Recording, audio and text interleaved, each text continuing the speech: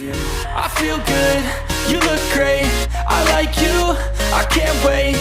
A first time, a first date, you're so fine, I'm so late. You sip wine. Halo semua, salam sejahtera Malaysia. Selamat datang ke channel Fels Lifestyle. Tuan-tuan dan puan yang saya amat hormati semua, ini adalah berkaitan dengan peruntukan kewangan bagi ahli Parlimen Pembangkang ataupun ahli Parlimen Perikatan Nasional. Perkara ini sudah menjadi isu dan sehingga terdapat ahli Parlimen wakil rakyat daripada kepimpinan Pembangkang yang mengisytiharkan sokongan terhadap Anwar Ibrahim disebabkan isu ini. Peruntukan kewangan ahli Parlimen PN dilarang runding secara individu. Ahli Parlimen PN dilarang berunding secara individu dengan kerajaan berhubung draft memorandum persefahaman MOU berkait peruntukan untuk pembangkang, kata Timbalan Presiden PAS Tuan Ibrahim Tuan Man. Nampaknya PAS ataupun seluruh PN bertegas untuk larangan berunding secara individu dengan kerajaan. Adakah dengan ini sebenarnya PN mempunyai duit yang banyak kerana mereka tidak perlu berunding dengan kerajaan berkaitan dengan peruntukan kewangan? Adakah ini menjadi satu penyebab kepada PAS ataupun PN kehilangan undi kerana mereka tidak mempunyai sumber kewangan daripada kerajaan? Dan seterusnya, tidakkah ini akan menjadi kalau orang kata pisang berbuah dua kali? Sebelum ini ada 6 wakil rakyat, 7 wakil rakyat bersatu yang mengalihkan sokongan menyokong kerajaan perpaduan. Adakah selepas ini ada lagi wakil rakyat daripada PN, PAS bersatu yang akan berpaling tada hanya disebabkan peruntukan kewangan? Nah, ahli Parlimen Kubang Kerian itu berkata rundingan harus melalui PN yang telah menolaknya pada 15 September lalu dengan alasan beberapa syarat bertentangan perlembagaan persekutuan selain mendakwa bimbang menjejaskan hak istimewa orang Melayu dan Bumi Putra. Sebarang rundingan mesti melalui parti dan syarat mesti dimaklumkan kerana semua ahli parlimen terikat dengan parti diwakili. Demikian juga mana-mana ahli parlimen ingin berunding mesti memaklumkan kepada parti bagi mengelak salah faham dan mengundang pelbagai prasangka. Peruntukan hak ahli parlimen Kedah, Kelantan dan Perlis beri peruntukan kepada pembangkang tanpa ada rundingan. Di akhir perkongsian daripada tulisan daripada Syabuddin Husin. Saudara-saudara, apa komen anda? Halo semua, salam sejahtera Malaysia. Tuan-tuan dan puan yang saya amat hormati semua. Ini satu keputusan mahkamah yang paling menggemparkan UMNO. Paling menggemparkan ramai. Rupanya, sebelum ini berkaitan dengan titah edendum.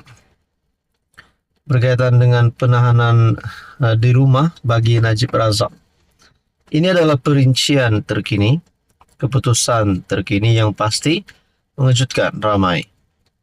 Keputusan terkini Najib dibebaskan ataupun tidak, ataupun menjalani tahanan sebagai tahanan rumah ataupun tidak. Satu perkongsian daripada Malaysia kini. Mahkamah dah kata titah edendum Najib hanya kabar angin, kata Saifuddin.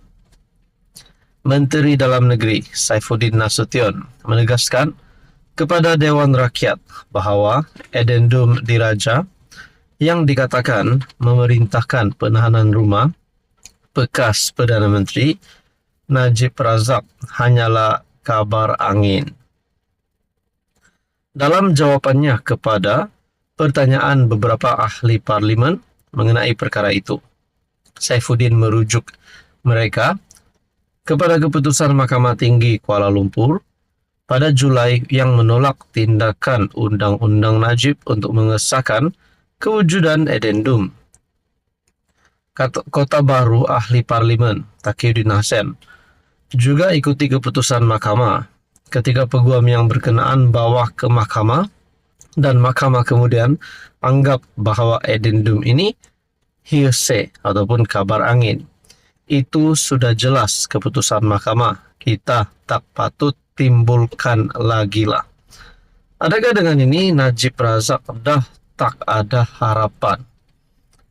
Tak ada harapan untuk keluar daripada penjara menjadi sebagai tahanan rumah.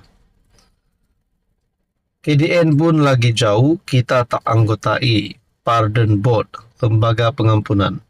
Tak ada langsung. Jadi wujud atau tidak addendum yang dikatakan, mahkamah kata ketika perkara itu diangkat peguam berkenaan, mahkamah kata cerita ni sipolan dengar sipolan dapat dari sipolan. Itu maknanya hearsay ataupun kabar angin. Jadi mungkin jelas-jelas Najib Razak dah tak ada harapan nak jadi sebagai tahanan di rumah. Nak kata Najib bebas, kita tunggulah bila Najib bebas. Tuan-tuan dan puan, ini pasti satu lagi berita mengejutkan ramai. Halo semua, salam sejahtera Malaysia. Selamat datang ke channel Fels Lifestyle. Terima kasih kerana terus setia dan bersama di dalam channel ini. Akhirnya satu lagi perkara ataupun satu lagi berita yang menggemparkan. Ini adalah berkaitan dengan keputusan SPRM.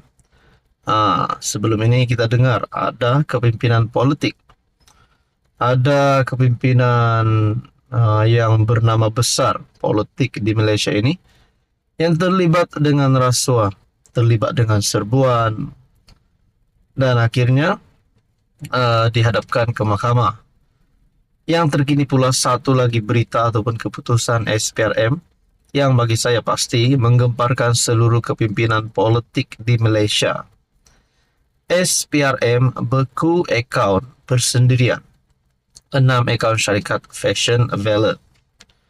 SPRM bertindak membekukan beberapa akaun bank persendirian dan syarikat milik suami isteri pengasas platform e-dagang Fashion Valet bernilai kira-kira RM1.1 juta.